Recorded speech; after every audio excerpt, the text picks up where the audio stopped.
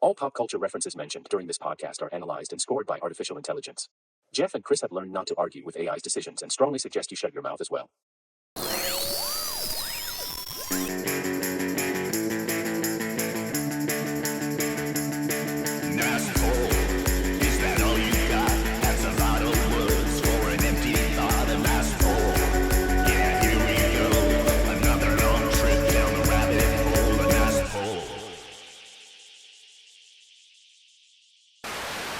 Well, Chris, we did it. We did episode 61. That means we're well past episode 60. Episode 60 is in the rear view mirror, and we're moving on, headed towards episode 70. Let's not even think about episode 100 just yet. That's Please no. That's optimistic. We're getting tired. Definitely older. Tired? I've been tired for a while, but sure, I get it. If we're going to try to make it to episode 100, let's make sure we do it after my 2:00 nap. Yeah, I think so. And after, that way I'll have done PT by then as well. So I think we're good to go. Oh, nice. Okay, good. Well, so here's the thing. We had what I would consider kind of a blowout last episode, right? When it comes to the actual scores. Chris, I think this is going to be an interesting one for anyone who has been following us and actually looking at the scoreboard. And again, in episode 61, if anyone ever wants to check out the scores, you can always go to nicepollpod.com, click on that scoreboard right there at the very top, and you can see the brutal, meticulous breakdown of who did what. But let's jump in, open up that liquor cabinet, and take a look at how the scores broke down for episode 61. Let's start with Jeff. That's me, Jeff's polls. We were talking mostly about the 50th anniversary of Jaws. I made a mention that in the book anyway, somebody sees crabs crawling across the remains of that poor girl at the beginning who gets eaten by the shark, right? And Chrissy Watkins. That reference, yeah, Chrissy Watkins. Again, that reference got me some points. I don't know if you got a Chrissy Watkins poll, but don't worry, Chris, you're looking good on the score here. I also got some points here, 100,000 for Mr. Jaws novelty song. That was pretty funny back in the day. That was up there with Disco Duck, where they would, you do excerpts from all these other songs, and it was a news reporter interviewing Jaws on the beach.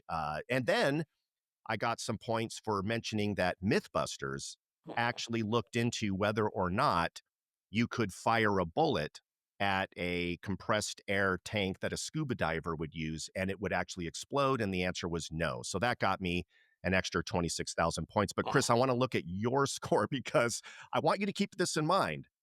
I was given 3 distinct polls.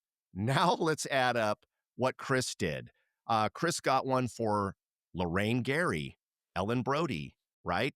The actress that played the wife of the sheriff, right, in Jaws. You also knew that there was a mafia subplot in the actual Peter Benchley novel. There was. And the mafia was controlling the town. Yes. That's 100,000 points. The previous one is 150,000 points. You talked about the Universal Studios Jaws ride, and you added some context to it. Hey, 26,000 points. You'll take it. You talked about Grizzly, Orca, Tentacles, and all these other ripoff, creature feature. Oh my God, there's something lurking in the water. That was good for 100,000 points just on the sheer volume. You did a land shark reference. Yeah, I mean, hey, we'll take it. That's easy. Another 26,000. I think 26,000 seems to be AI's go-to. Yeah. For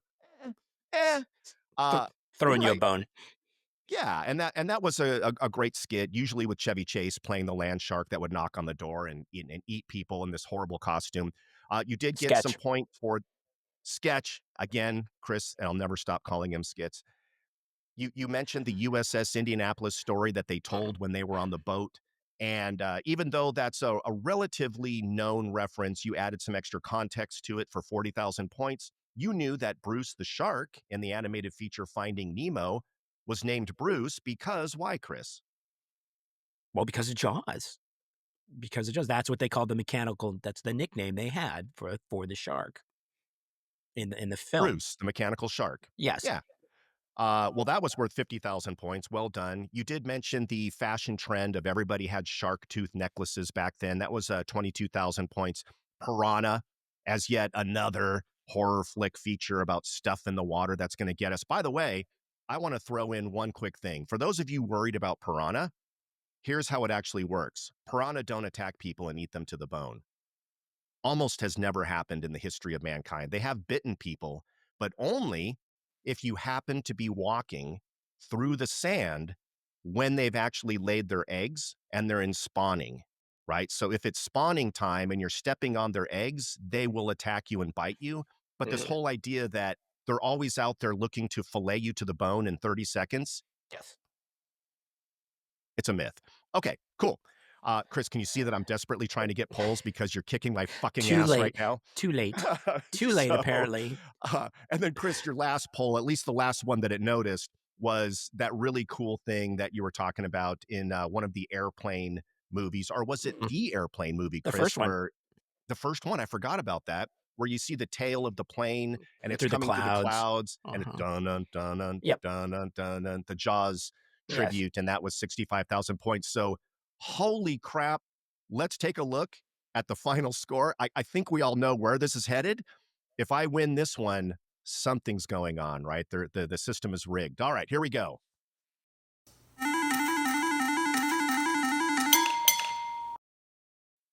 That's not good. That is not good, Chris. Now, I know you were getting a little bit grumpy because I won the last one. A little bit.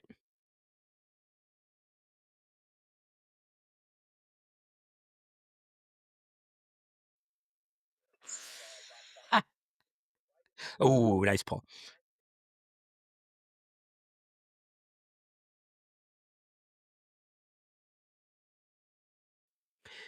Two quick points. Yes. I guess 3 quick points. Yes, I am. Uh, However, we have established that uh, the the point totals, it may seem like they're broad and fast, but really it's 1 or 2 that can really make the difference. Okay, so I'm not going to gloat too much. And then third, yes, if Jaws, if I'd have if I'd had lost the whole competitive aspect. If I did not come out on top during when we're talking about Jaws, it would be the equivalent, I think, of a Devo episode or something like that. And Yeah. you don't bury me. So Yeah. I'll take it. I'll take it gladly. But thank you, though. Yeah. And I'm still stinging from the Star Trek mention a few episodes back where I did not know the actor that played Captain Christopher Pike. That still hurts. That's almost like me forgetting who Adam West was. You know, it's just ouch.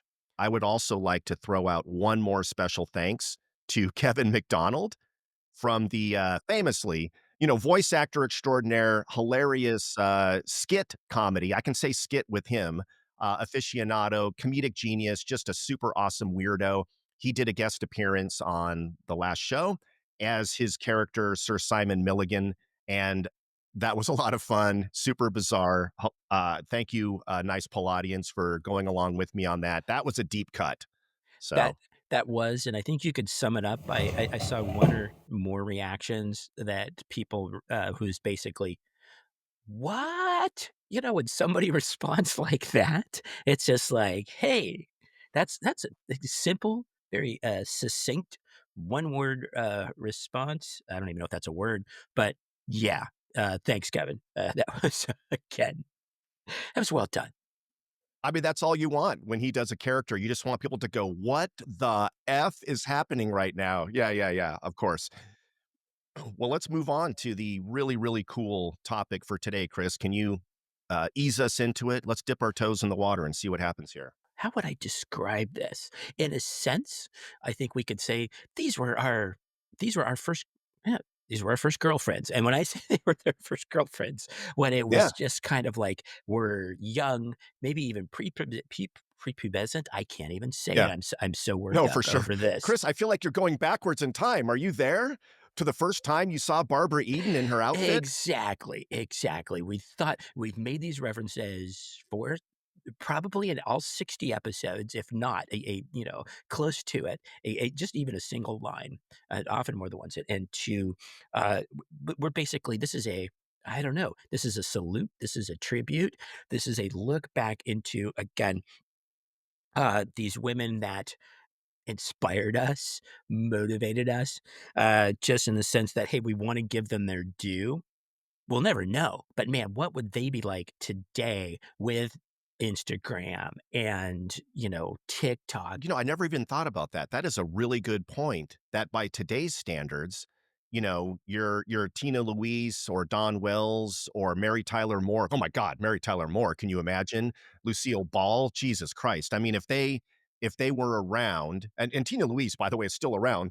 Sorry, Tina. I didn't mean to say you're not around, but yeah, I mean, it would be absolutely insane the influence they would have had if they had Instagram and YouTube and all these other platforms while they were in their heyday. Jeff, I don't know. I think this is a somewhat obvious starting point for us with the references and the obsession with, I don't know, let's just say Batman and that whole the show and the genre and all the people that were genre. Did I say that correctly?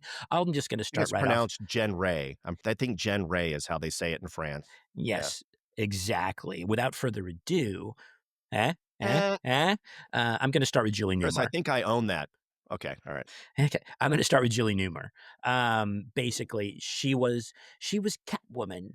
She was one of 3 Catwomen, which we could actually talked about for a second, at least in the '60s, in that whole, the Batman '66 world.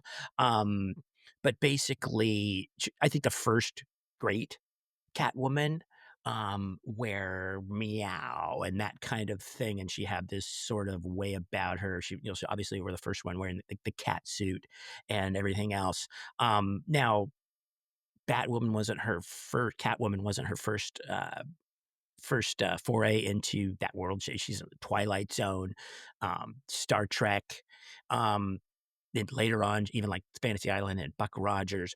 But Julie Newmar, I want to say, just giving her due as that first sort of like, again, as we're watching this show now, obviously Batman 66 came out in 66. So you and I are both watching it in the afternoons a few years later. We never saw it in prime time. So again, but young Chris, young Jeff, to me, going, wait a minute, this is kinda cool because also because like, Catwoman I keep saying Batwoman. Catwoman was like a villain, but at the same time, Batman was kind of like, what do we got going on over here?" Right? And that dynamic still exists today in all the other interpretations over, I think now she's been played obviously by Anne Hathaway and by Zoe Kravitz and Michelle Pfeiffer. So those but you know what I mean? So I think that was the thing that really kind of piqued my interest, like, well, she's bad, but Batman likes her. So is that good? But give me your thoughts on Julie Newmar.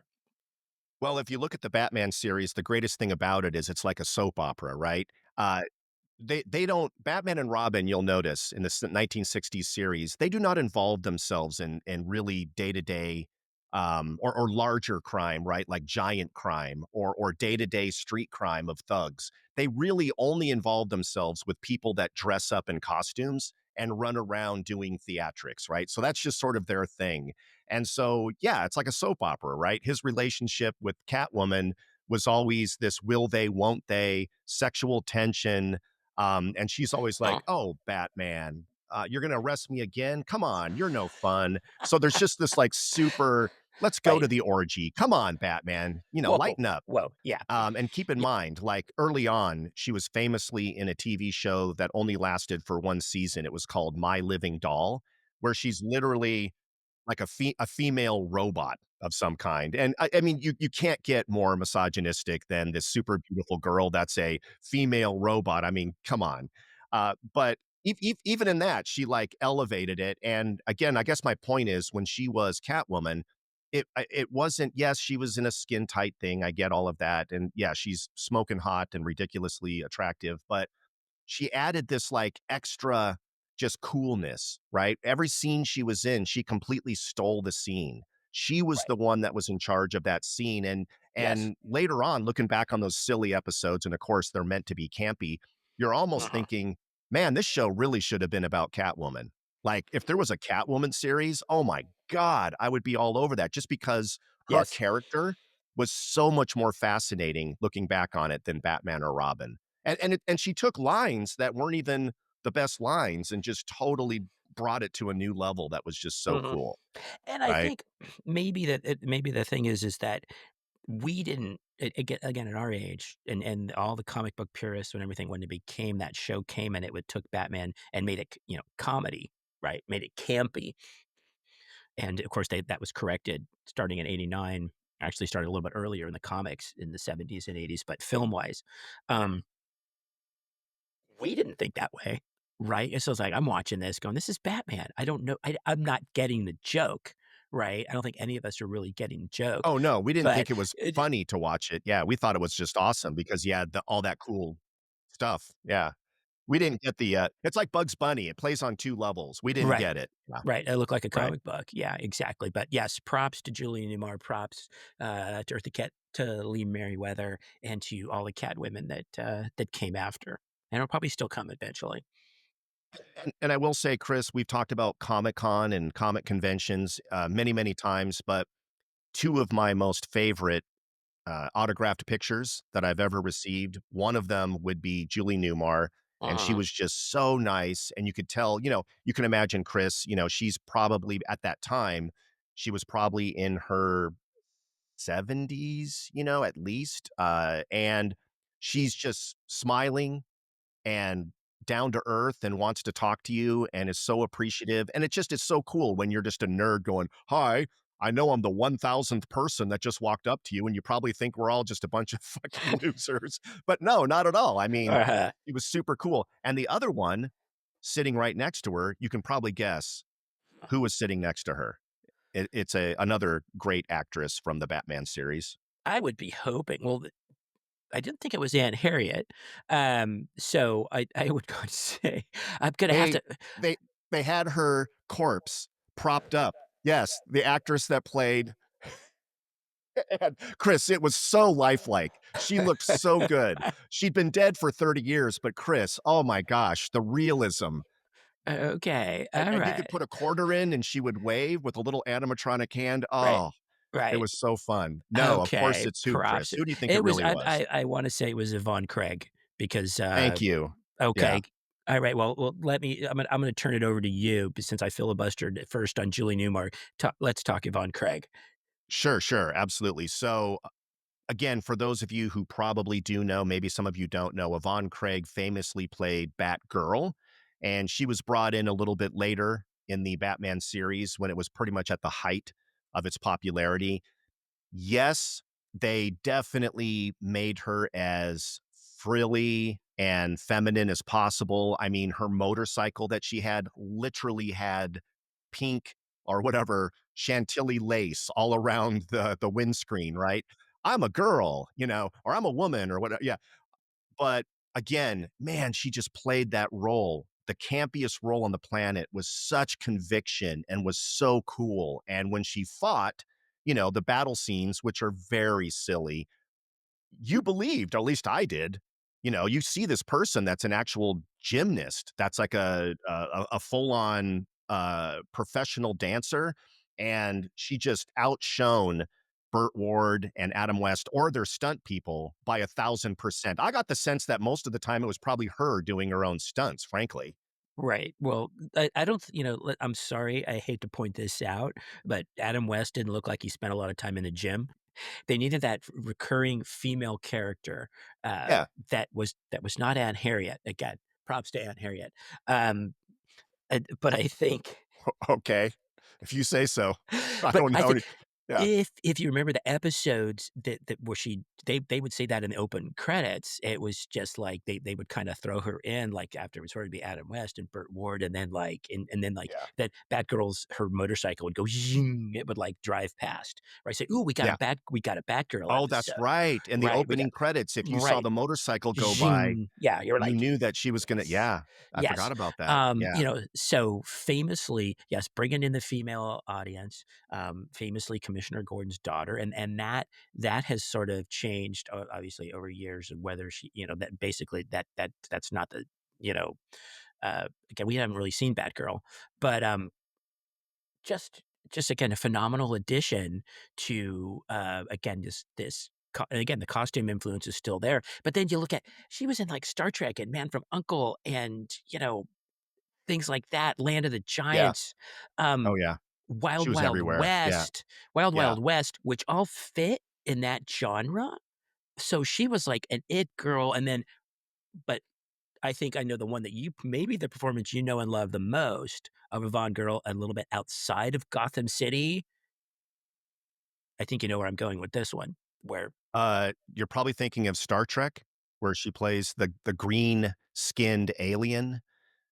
Yeah, and I would say that is way outside of Gotham City, Chris. I think that is about 350 light years outside of yes, Gotham City. right. But, look, if it wasn't the predatory Batman that was secretly trying to hook up with, the commissioner's daughter, you had Mhm, Captain Kirk. So poor Yvonne Craig, she was getting hit on from all sides in every single episode of everything.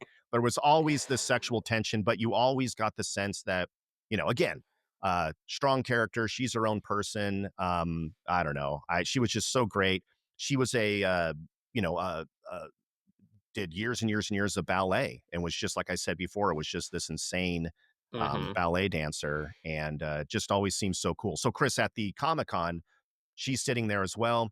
Her and Julie Newmar are hitting it off and having a great time. And I just sat there in awe as I'm waiting for my stupid autograph, just listening to them chat. Like I would have paid money to just be in a theater watching them talk to each other because they were sharing stories and just, oh my God, so much fun. You could tell that they came away from all that with nothing but actually really good memories. So how cool. Yeah, yeah, she's so Yes. awesome. Yeah, and then she was still around again as we got older, like on $6 Million Man and stuff like that. So that, again, she's definitely part of it. And again, I think she passed away just a few years ago. But yes, again, we love ourselves some Yvonne Craig, a big influence on us back in those days. Actually, oh wait, Jeff, one more thing about Yvonne Craig slash Batgirl. Um, and again, we talked about PSAs a while ago, and, there was a PSA that she was in that was basically and again, when you think about the times, this is kinda cool to look back on it because we know these conversations were happening. Again, this is after, this is while, sort of post with, the civil rights movement and everything that was going on in the United States and women's liberation. There was a PSA, where not only Yvonne Craig kind of busts into a scene with Batman and Robin tied up and a bomb's going to go off, something like that. And she's there to save the day. And Adam West, and they're like, Batgirl, good thing you're here. And, but like, the whole thing is, well, hold on. Before I untie you and save your lives, she's talking about how much she's getting paid. And it's all about equal pay for women, which is, again, great. Unfortunately, still talked about today, which, never in the context of the show was anybody assume that anybody was getting paid, number one, for being superheroes, but that part and to that whole thing and to literally put it in the world, you would never see it now. You're never going to get major movie characters and TV characters playing themselves or playing their characters in a public service announcement for something as Yeah, yeah, serious as, again, that yeah. was going along with equal rights. I do know the one you're talking about, Chris. And for those of you that are watching, let me just say that that PSA is chock full of copyright infringement. So we will not be tempting fate and trying to go up against DC lawyers if, God forbid, No. our Or podcast ever gets above the radar. But I will recap it for you. It's exactly what Chris said. Batman and Robin are tied up. Typical situation. The bomb's going to go off. They're going to get killed. Batgirl swoops in from above, swings into action. But being being the amazing negotiator that he is, Chris, if there was ever time to negotiate higher pay, it's when someone is sitting there tied to a chair next to a bomb and you're the only one that can help them. So good for Yvonne Craig for seizing that moment for the sake of all women. And of course, she says, Batman and Robin, before I do it, like you said, women deserve equal pay. And Adam West, the Batman character, he literally says something to the fact of, you can't be serious, right? Like he's basically like, are you fucking kidding me right now, Batgirl? We're about to die, right? And she goes into this whole thing about, hey, there's the Equal Opportunity Act now, and then Robin, of course, jumps in with holy act of Congress. Just like so perfect, man. It's just such a great scene. And in the end, everyone learns about equal pay. And then guess what happened after that? Not one goddamn woman ever got equal pay. So that Well, didn't work at all, by the way. It didn't even do a thing. It didn't make a scratch or a dent in the inequality, but it looked really good. We all uh-huh, thought that might happen. Yeah, it didn't uh-huh. help at all. Jeff, we probably need to take a second back as we sound like our adolescent hormones were raging. But and the who we were watching on these shows and on these reruns, and we've talked a little bit about it in the past, about a couple of iconic women such as Mary Tyler Moore and Lucille Ball, who were known for their on-screen personas and who were known for, yes, they were attractive women with big personalities, but also had a lot of talent, right, on multiple shows. Mary Tyler Moore first got, I think she was 24 years old when she was first on um, the Dick Van Dyke Show, Yeah. and she was actually on a show before that, the name escapes me, where she was a secretary and you never saw her face, you saw, like, her legs or something like that. I wanna say it was Richard Diamond or something like that. Anyway, was the name of the show.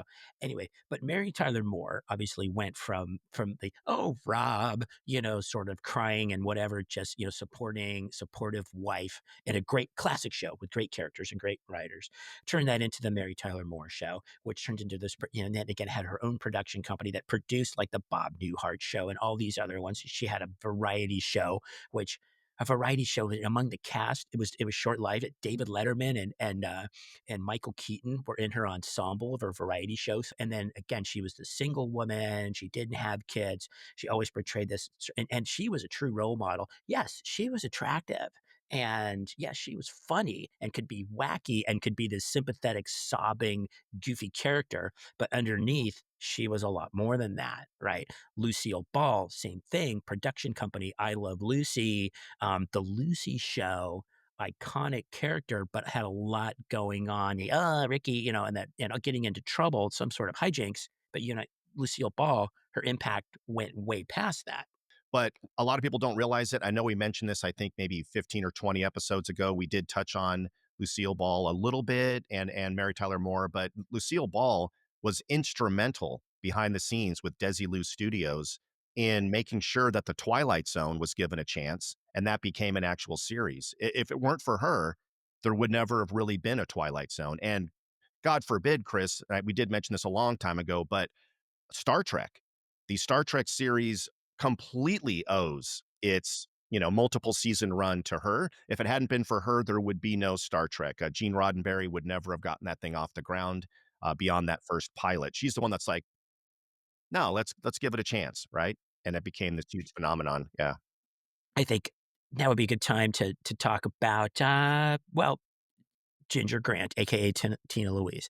Again, it's Gilligan's Island show that we watched. Again, not when it first came out, and although we did get to get multiple opportunities over the years as they brought right, they kept bringing it back in the '70s, right, the late '70s, early '80s, all these different shows, and dropping. They're still on the island, and the castaways are still there. Ginger Grant, though, played by Tina Louise, who was very obviously modeled on Marilyn Monroe, and had this sort of this sex symbol, this breathy whisper, and this character really kind of out of seriously disconnected to this the Rich Howells and the professor and Marianne, who again we could probably talk about Dawn Wells in her own right, but just sort of that but she was like maybe she was a TV version of Marilyn Monroe, but that was okay.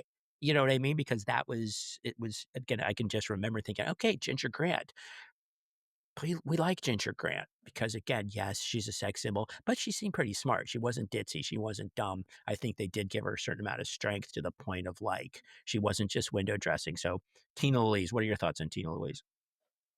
Well, I was always, this goes back to again, you can't get more 1970s prepubescent or pubescent as a, young kid growing up back then than the famous Ginger versus Marianne argument, who's cuter, who's sexier or whatever.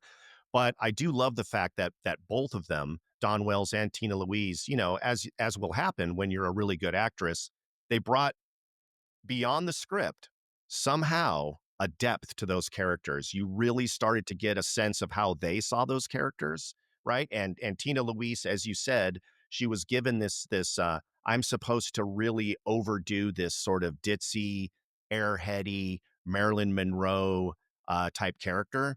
But after you get past the first season or so, you can see where she dialed it way back, right? And now she was just sort of acting like an actual human being that had depth and had, more of a little than a tiny backstory. And you could kind of guess how she was going to react to things. And you could just see behind her eyes there that it's just like, more to the character. Again, Uh-huh. I would have loved for Gilligan's Island to really ultimately have shifted away from Gilligan. As much as I love Bob Denver, I love him to death. He was so great. But Uh, their stories and what would have happened if it was just more uh, Marianne and Ginger, and honestly, the professor, that character had seemingly a lot more to it than you could have imagined. If you really look back at Tina Louise's career, she did tons of stuff, right? And again, she guest starred and was on all kinds of things. But what I think is so cool about her is, being, I think, Chris, if I'm not mistaken, the only surviving cast member from Gilligan's Island. I think so. She is just one of these selfless human beings. right. From what I can tell, Mhm. she just pours herself into nonprofit organizations and just helping others. I mean, wow, pretty cool. Again, I wish there had been a different version of that show, which was just the professor and Marianne and Ginger? Ginger. That would have been amazing. Yeah. That would have been, you know what? That would have been, and I think also she later on, post Gilligan's Island, she was in the Stepford Wives, which if you go back and look at this sort of classic cult movie, from the mid-70s, go check that one out. Dramatic, kinda scary, and a bit of a satire, but turns out somewhat scary. Chris, who was the main actress in that was in Butch Cassidy and the Sundance Kid? Catherine Ross? Catherine Ross, nice pull. Yeah, Yeah, yeah, exactly. It was Catherine Ross.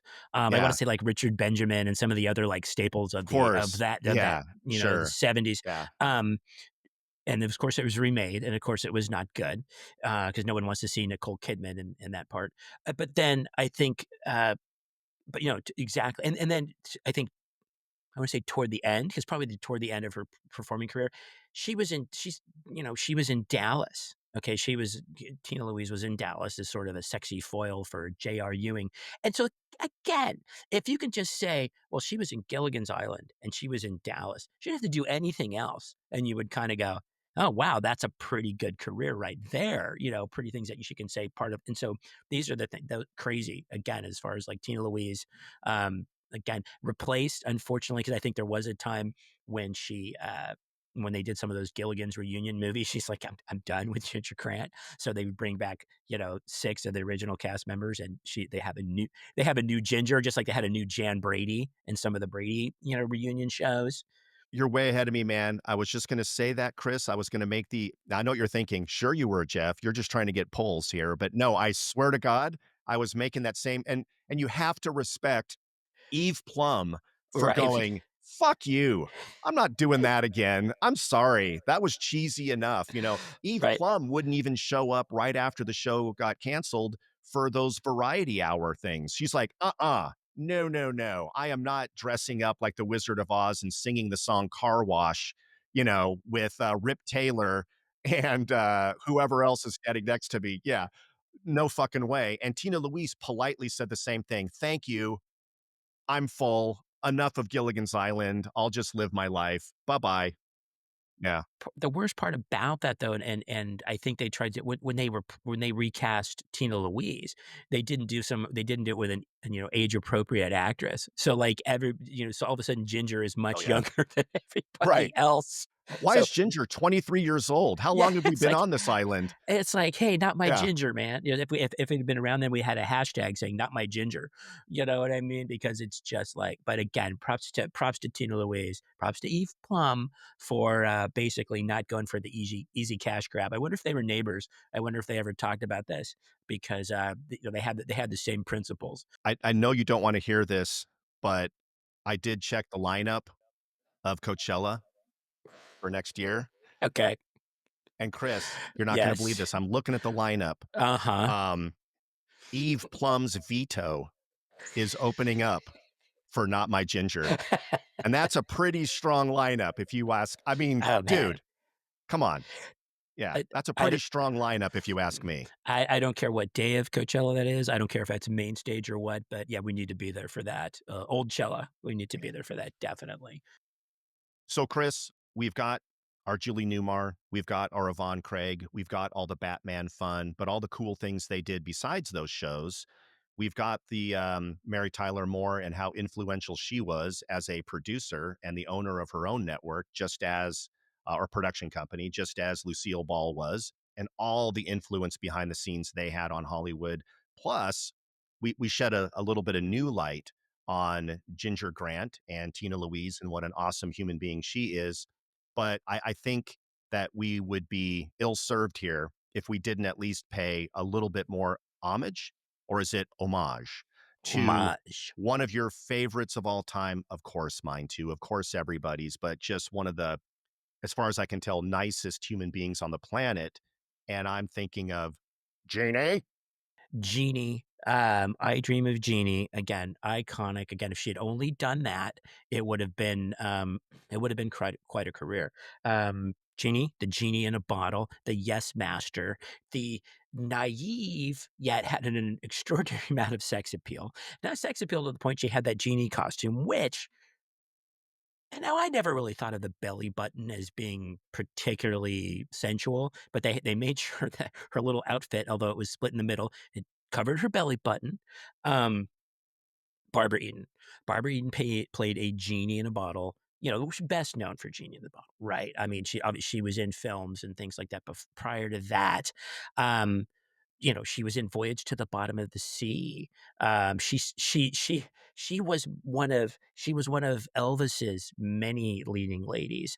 There was a series, How to Marry a Millionaire. Let's take a step back and go again. Wow, there. Let's take. What do we need something for the misogyny slot on the schedule, right? Well, how to Wasn't that let's Rick Rockwell? no, No, is it's that, I'm not. thinking of something different. Oh, You okay. are thinking we could do, yeah, a very special episode of that. You know, I think they got the title from that. But best known as Genie, best known as a man's dream come true. Astronaut Tony Nelson finds a bottle as he's stranded on a desert island. Has happened to, I don't think it's ever happened to actual astronauts, but it's happened many times in film and TV. But the genie who becomes his, again, she's funny, she's bright, she's extremely naive, and all she wants to do is please Tony Nelson, calls him master. They eventually get married later in the show. She reminds me so much in terms of, again, what is the kind of theme here? It's women that were cast in these female roles, whether it was the co-star or star of a show, that brought way more to it than the script should have really allowed. I think I Dream of Jeannie might be, aside from My Living Doll, might be the most misogynistic show maybe ever written for network television, just in terms of the premise. Now, look, I get it. Again, I say this all the time. My goal here isn't to go, get on my soapbox every single time and be super preachy, but come on, man. I Uh-huh. mean, this was every single guy's dream back then, and I'm sure, today. And we go back to the writer's room. Oh my God, she's your slave and she'll do whatever you want. But what I do like about that show and what I do like about the script and her role in it was, you could have easily gone in that direction where she's doing everything that he wants her to do. But luckily, that character that would have taken advantage of her was Roger Healy. And Roger Healy had no control Nice over pool. Jeannie, Right. but Right. had, well, literally, I mean, I think that's the first thing he would have been doing. So, Right. Roger Healy is just like, please, if you could just loan her to me for a day. Come on, man. Oh man, just if only. Ooh, this whole thing. But the cool thing about it was they put a governor on that engine, right? Which was Major Anthony Nelson was not into the funny business. He did not want to take advantage of her. He was like a super upstanding guy, right? He Yeah. had this moral code that really, I mean, he really did, right? Can you think of a single episode where Anthony Nelson took advantage of her or made her do something No. she didn't want to do? No, I guess in retrospect, good, right? Because you're already talking about the show, it just thematically, it's like, "Ooh, what do we got going on here?" Yes, someone had to dial it down. You had to hide the hijinks and explain the magic, away from Doctor Bellows and his wife, Amanda. Bill Daly also got to be another great comedic sidekick on Oh the my Bob God, Newhart Bill show, Daly, one of the right? best character actors of all Yes. time. Yeah, Yeah. so again, and he was sort of the opposite. He was not as jaded. He was like Howard Borden, he was basically an idiot, okay? So, but yes, and I think even again, we're watching this show in reruns going, even if you take out the obvious sort of like this, very attractive young genie just wants to please me. I'm sitting there, well, if I had a genie, you know, I'd be sitting on $10 million, right? And maybe I'd have my own flying car. I'd have all that stuff that we've talked about. That's 9 or 10-year-old us thinking in those terms. But yeah, again, it was you're right. So Oh, is it Tony, 9 or 10-year-old us? It's not well, adult us? Oh, okay. Well, Chris, you're giving you all of know it. mankind a lot of credit. All You know right. what I mean. You know what I mean. She also made an appearance on Dallas. Okay, so she's got that Tina Louise connection. Dallas with Larry Hagman, and then another show called Valley PTA, which was based on a movie that she was in, where she was like a strong single mom feminist character taking on the man, essentially taking on this oppressive, again, kind of ahead of its time, taking on this oppressive sort of book burning sort of, censorship sort of community, all uptight because this single mom, a widow who was smart and sexy, blows into town, and of course, everybody hates her. So again, Barbara Eden, it's like what an iconic performer, I guess is what we want to say. Well, Chris, thankfully, now that we're in the year 2025, as a society, we've moved past the nonsense of censoring books, right? I think that's really one of the coolest things about how we've Ah, evolved as a society. But anyway, Jeff, yes, you're Jeff, right. Harper Jeff. Valley PTA was amazing. That was just a breakout role for her. That was really cool. But I will Hmm. say, going back as my last comment on the I Dream of Jeannie series, if you can find it, the episode where she finally marries Anthony Nelson, it is the trippiest, most poorly shot, acid trip, LSD inducing episode. And it's not her fault. It is the editors and the producers. I don't know if they all fucking left halfway through the episode to go get lunch and they just shot a couple of scenes. But dude, when they have this dream sequence where And it's they're like on a the beat tracking, and there's like a and her tracking eyes, shot. it's a tracking shot. It's almost like Yeah, Hitchcockian. And she has this look on her face like he just roofied her, which why would you have to do that for the genie? But anyway, I'm not sure I understand any of this, but she, nothing against her at all, but it is disturbing. I mean, this is like right out of some kind of Roman Polanski thing or David Lynch film or something. You're like, what the fuck is this? because because I think is this really happening? I think there was like this breathy voiceover, and I think maybe again, maybe the writers knew, yeah, maybe it's like we've okay, I think that we're a couple years ahead of this. The writers knew they had jumped the proverbial shark. It's like we got nowhere to go now. We marry Tony and Jeannie, and I think there was even dream sequences about what they had, like kids that were like half genie and creating all this chaos, right? So I think they knew.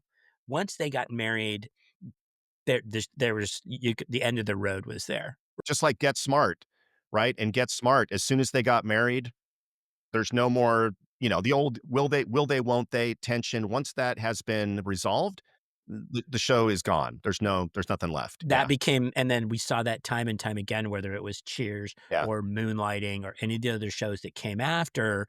You can't do it, but you almost have to do it because then it looks like, well, how long can this go on? You know what I mean? So it almost feels like maybe this is another show entirely. Or 8 more Joe, seasons, Chris, to answer your question, usually, but okay.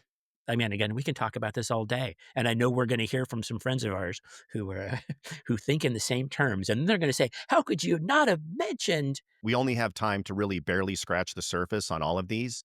So many more just iconic female actresses and roles back in the 70s and 80s where they actually kind of transcended the short-sighted scripts and concepts and premises that they were given. A lot to unpack, a lot to pull, but I think we know where we are. So until next time, Jeff. Until next time, Chris.